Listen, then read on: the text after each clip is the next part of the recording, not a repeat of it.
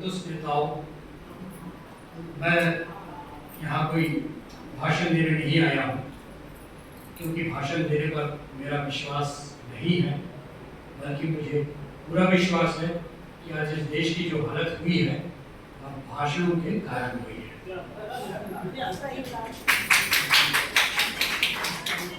मैं आपको कोई कविता भी नहीं सुनाऊंगा, क्योंकि मैं कविता नहीं करता, कि मेरा और कविता दोनों का सौभाग्य है।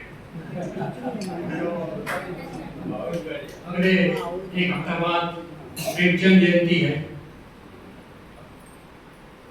साहित्य के क्षेत्र में जब भी कोई कलम उठाता है तो सबसे पहले कविता करता है। शायद ये ऐसा कोई नाटककार, उपन्यासकार, व्यंग्यकार, कहानीकार मिले जिसने अपने शुरुआती दौर में कविता ना की। लेकिन ऐसे दो महापुरुष जिन्होंने नाटक, निबंध, कहानी, ग्रंथ सब कुछ लिखे पर कविता नहीं की, और हिंदी साहित्य के इतिहास के ये दोनों महापुरुष हैं। उनमें एक थे कथा सम्राट मुंशी प्रेमचंद और दूसरा मैं।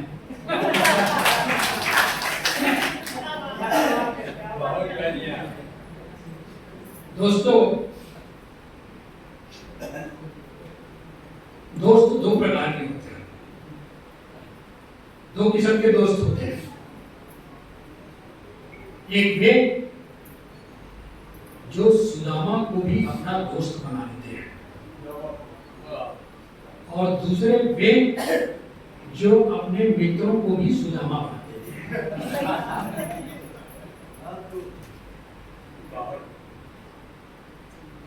तो ये व्यंग्यकार होने का नतीजा है। कहते हैं कि रावण की पत्नी मंदोदरी मंदसौर की थी। मंदसौर मध्य प्रदेश का एक शहर है, रतलाम के पास। जब आप राजस्थान की ओर जाते हैं तब मिलता है। तो रावण की पत्नी मंदोदरी मंदसौर की थी, इसलिए मंदसौर वाले रावण को अपना दामाद मानते हैं, केवल मंदसौर वाले, और बाकी लोग अपने दामाद को ही रावण मानते हैं। बाकी लोग अपने दामाद को ही रावण मानते हैं। अभी अग्रसेन चौक के पास से जब मैं आ रहा था कार से, तो थोड़ी देर कार खड़ी हुई, तो मैंने नीचे उतर के देखा तो वहां पे झगड़ा हो रहा था। तो एक आदमी जो है वो नीचे बैठा हुआ था जमीन पे, जहां पे झगड़ा होता। तो लोगों ने उसको पूछा, मतलब नैतिक जिम्मेदारी कि लोगों ने उसको पूछा कि जब ये झगड़ा हो रहा है तो तुम नीचे क्यों बैठे? तो उसने कहा मैं नीचे इसलिए बैठा हूं कि पीछे वालों को भी दीजिए। तो इस नैतिक जिम्मेदारी के साथ लोग खड़े होते हैं। तो मैं आपको व्यंग्य की एक शक्ति का एहसास करा रहा हूं। जिस क्षेत्र में दीनदयाल साहू यहाँ पर उतर चुके हैं, महेश चंद्र शर्मा जी बहुत शालीन भाषा में बात करते हैं।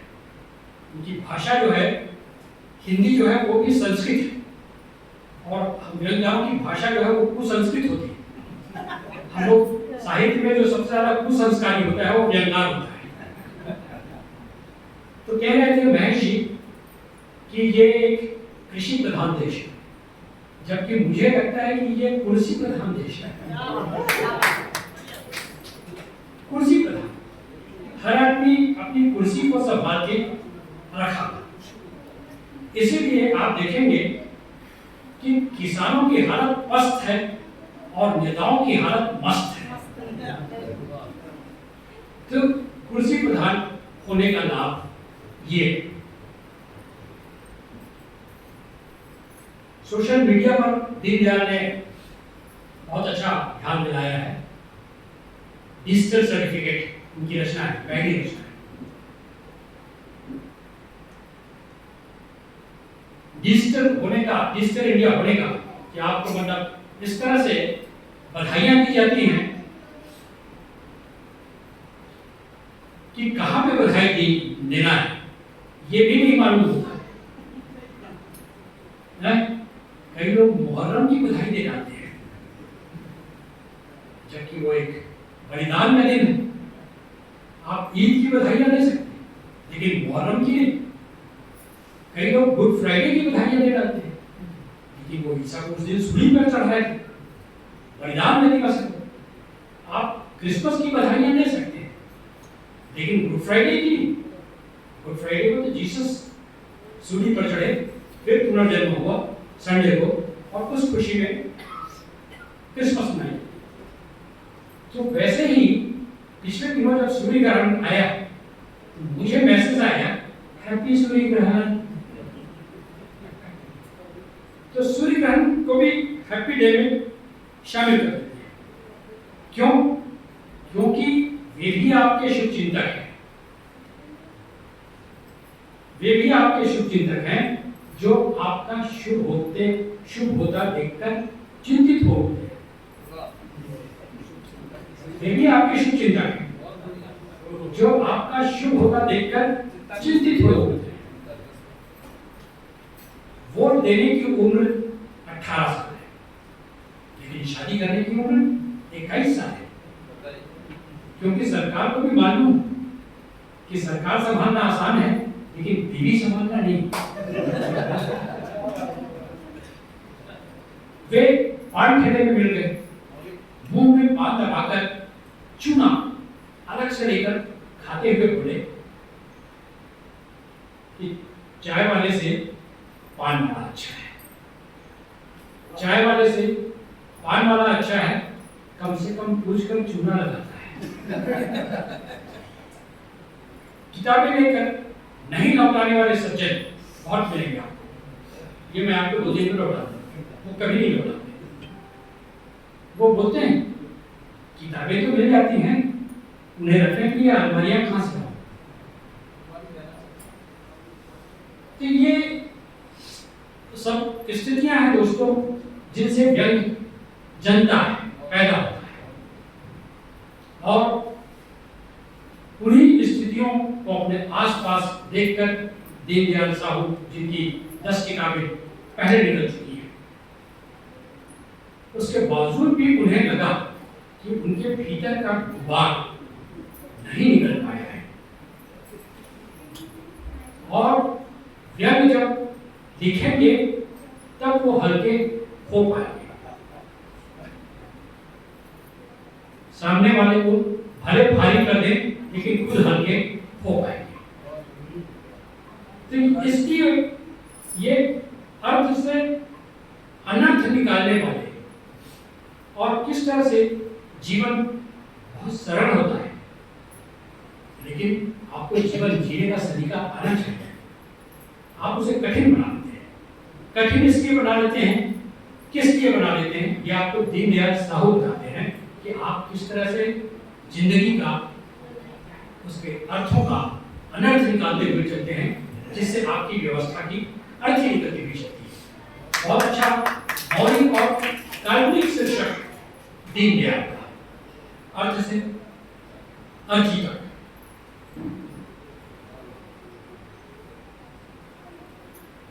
मेरा ख्याल है कि दीनदयाल में व्यंग लेखन की यह प्रेरणा, या दीनदयाल की रचनाओं को अगर आप पढ़ेंगे तो उसमें समाज सुधार की चिंता उनमें बहुत दिखाई देती है। चाहे डिजिटल सर्टिफिकेट को लेकर हो, या अर्थ से अर्थी को लेकर हो, या एक और रचना है उनकी चंदा, ख्याल आएगा तो मैं आपको बता दूंगा। तो मुझे लगता है कि उनमें कबीर का प्रभाव है। संभवतः कबीर बनते हैं आप, एक कारण ये है। दूसरा, कबीर ट्रस्टी यहाँ बैठे हैं आत्माराम जी। तीसरा, इस कबीर आश्रम में है। तो ये सबका संस्कार एक मिला जुला जो क्रमशः दीनदयाल साहू में आता गया है, उसका प्रभाव। क्यों? क्योंकि हिंदी साहित्य के इतिहास के सबसे पहले और सबसे बड़े व्यंग्यकार कबीरदास हैं।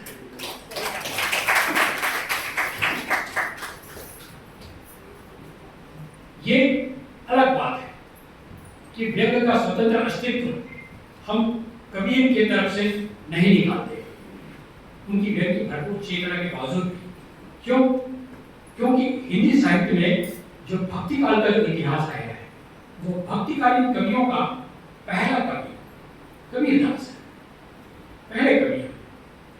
तो उनका जो व्यंग का जो संचयन था, चेतना थी, वो कविता के खाते में चली गई।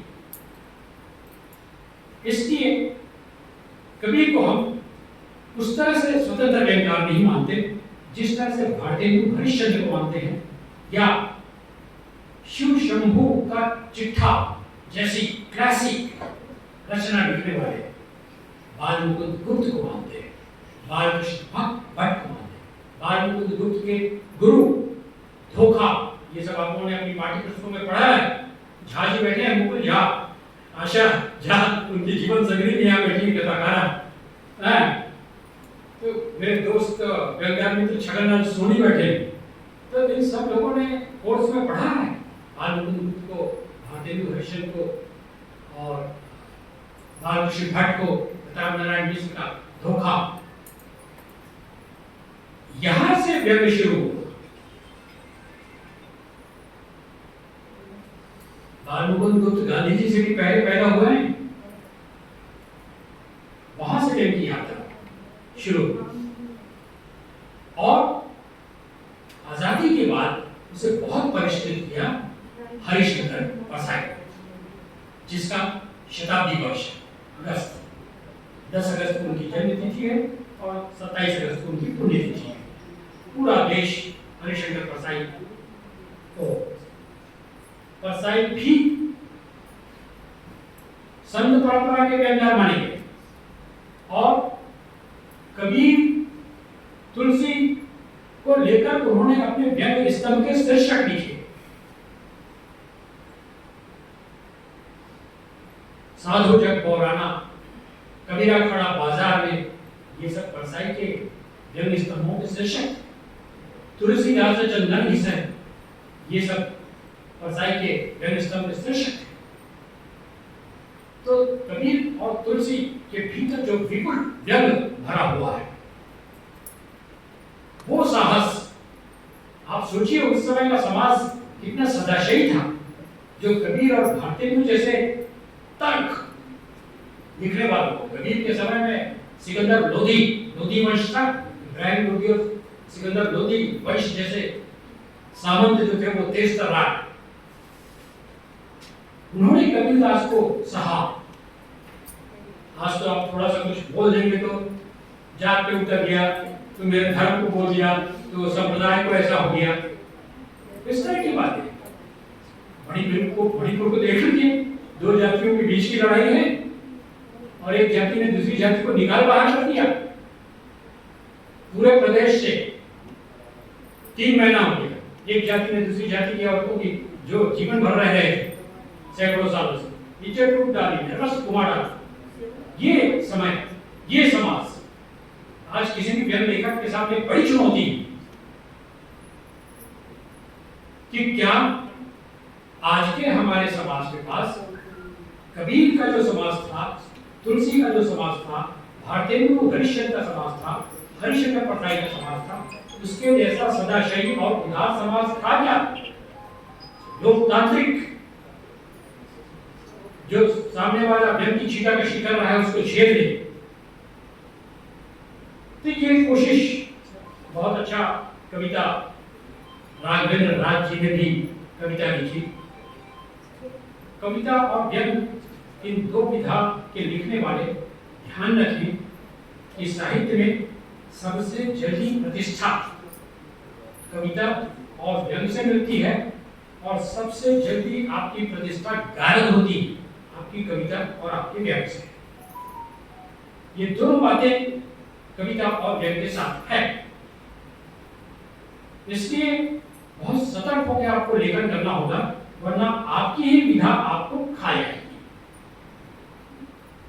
ये जोखिम कहानी के साथ नहीं है या नाटक के साथ नहीं है या उपन्यास के साथ नहीं है, लेकिन कविता और व्यंग्य के साथ है। इसलिए कविता और व्यंग्य क्षेत्र में कई लेखक एक जाज्वल्यमान नक्षत्र की तरह उभरते हैं और वैसे ही वो टूटे हुए तारे के समान लुप्त हो जाते हैं। तो ये सतर्कता इन दोनों रचनाकारों के साथ, ताकि राघवेंद्र राजनीति के सावन की उम्मीद है वो अर्थ से अर्थी में न निकल जाए। तो दोनों मित्र जो है एक दूसरे के सहायक होंगे, इसलिए दोनों को सतर्क होने की जरूरत है।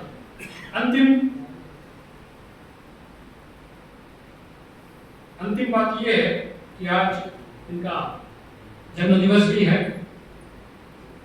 डीपी देशमुख जैसे व्यक्ति यहाँ पे बैठे हैं जो छत्तीसगढ़ की परंपरा को बहुत सहजते हैं। मेरा ख्याल है कि जब आपने आचार्य नरेंद्र का गीत को यहाँ पे राज्य के गीत के रूप में खड़े होकर गाया, तो आपका जो हैप्पी बर्थडे सॉन्ग भी है वो भी बहुत जल्दी छत्तीसगढ़ी में निकल जाना चाहिए। और छोड़ दीजिए आप अंग्रेजी का हैप्पी बर्थडे टू यू, या बार बार दिन ये आए, लाइए छत्तीसगढ़ी का कुछ, और उसमें आप अपने केक को काटिए छत्तीसगढ़ी का हैप्पी बर्थडे गाते हुए। बहरहाल मैं आपको इनका एक अंतिम जन्मदिन है, इसलिए व्यंग में जन्मदिन कैसा होगा, व्यंगाभिनंदन करता हूं मैं इनका।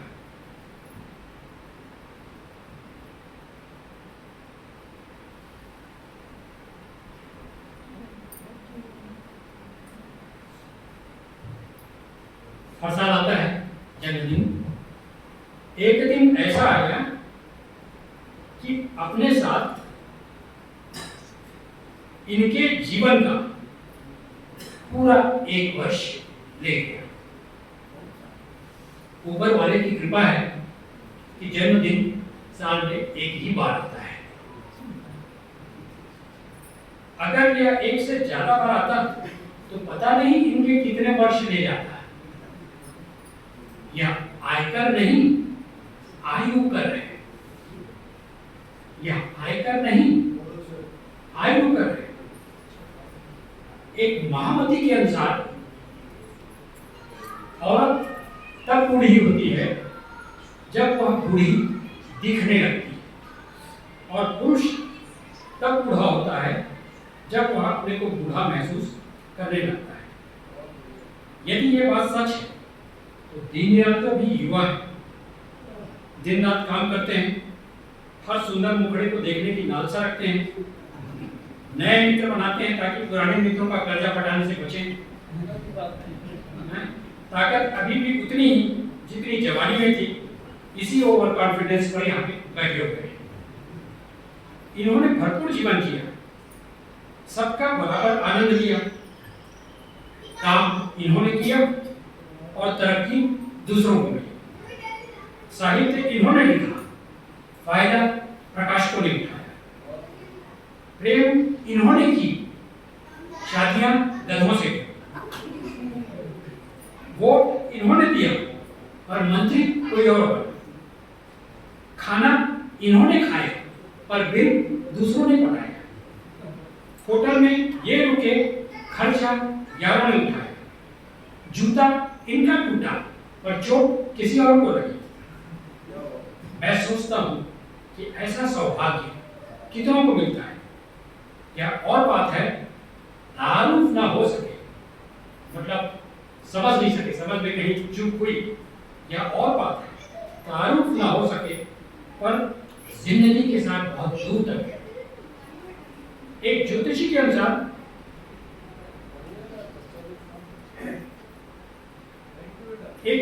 अनुसार इनके जीवन के 9 वर्ष और बाकी हैं। यदि यह बात सच नहीं निकली तो मैं कुछ नहीं कर सकता, क्योंकि वो ज्योतिषी बहुत पहले ही स्वर्ग से जा चुके हैं। इसलिए दीनदयाल आने वाली पीढ़ी को संबोधित करते हैं और कहते हैं, अब जो काम शेष रह गया है वह ओ मेरे वही मैं तुम पर छोड़ता हूं, इसके अलावा और कोई चारा नजर नहीं आता। चारा तो क्या, इस महंगाई के जमाने में भाईचारा भी नजर नहीं आता।